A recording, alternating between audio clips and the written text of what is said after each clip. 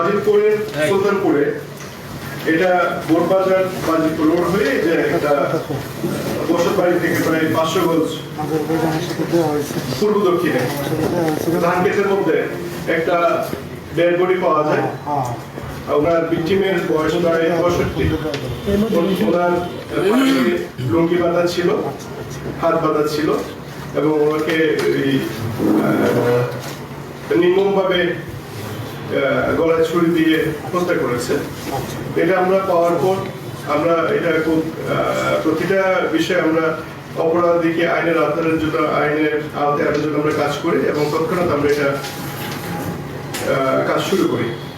আমার জেলা পুলিশের সাথে সাথে আমি একটা টিম করি, আমরা যারা জড়িত তাদেরকে আইনের আওতায় আনার জন্য আমরা কাজ শুরু করি। এরপরে আমরা পরের দিন আমরা একটা ওখান থেকে পাশে একটা ছুরি উদ্ধার করি যেটা ব্যবহৃত হয়েছে। আমরা একটা তথ্য পাই জনৈক বাবুল এটার সাথে সংশ্লিষ্ট আছে এবং আমরা এরপরে আমরা বাবুলকে ধৃত করি। তো ঘটনাটা ছিল মেনলি যেটা হত্যাকাণ্ড হয়েছে 19 তারিখ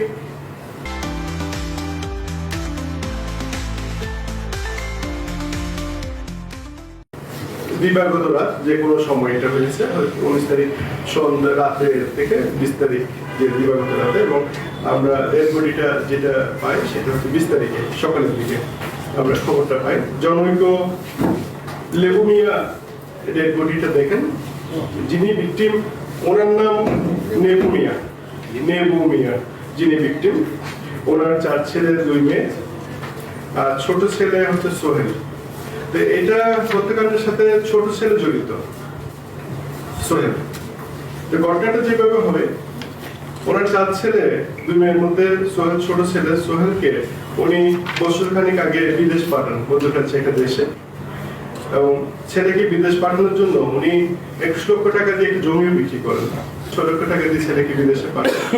কিন্তু ছেলে বিদেশে ওখানে থাকতে পারে না, অর্থাৎ যেখানে কাজের জন্য গেছে সেখানে কাজ সুবিধা করতে পারে না, আবার চলে আসে।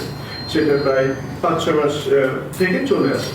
তো চলে আসার পরে সে তো বেকার হয়ে যায়, এখানে কিছু করার নাই, সে নিজেও ফ্রাস্ট্রেটেড এবং পরিবারের সাথে একটু মনোমালিন্য, একটু দূরত্ব হয় বাবার সাথে। সেখানে এত টাকা দিয়ে পাঠিয়েছে, সে থাকতে পারে নাই। পরে আবার তাকে সে বিয়ে করে, পারিবারিকভাবে তার বিয়ে হয়। বিয়ে করার পরে সে আরো টান পূরণে পড়ে যায়। পরে সে একটা 50,000 টাকা দিয়ে লোন নিয়ে একটা এনজিও থেকে সে একটা অটোরিকশা কিনে। তো অটোরিকশা সে চালাতো, এটাই তার প্রফেশন ছিল। অটোরিকশা চালাতে গিয়ে যে লোন নিয়ে সে এটা নিল, প্রতি সপ্তাহে তার 1350 টাকা করে তার প্রতি রোববারে সাপ্তাহিক এই টাকাটা তাকে জমা করতে হতো যেখান থেকে লোন নিয়েছে সেখানে। এই টাকা পূরণের জন্য সে বাবা থেকে টাকা চায়। ছেলে এই টাকাটা চেয়েছে যেহেতু তার টাকার প্রয়োজন। পরে যেহেতু ওনার আসলে কষ্টের টাকা উনি একটু দেন না, ছেলের সাথে বিষয়ে একটু দ্বন্দ্ব। তো এখানে আমরা বাবুলের যে স্বীকারোক্তিতে আমরা যেটা দেখেছি, এর সাথে আরো 3 জন জড়িত। সেটা হচ্ছে সোহেল, ওনার ছেলে, সুমন, একজন হচ্ছে নজরুল।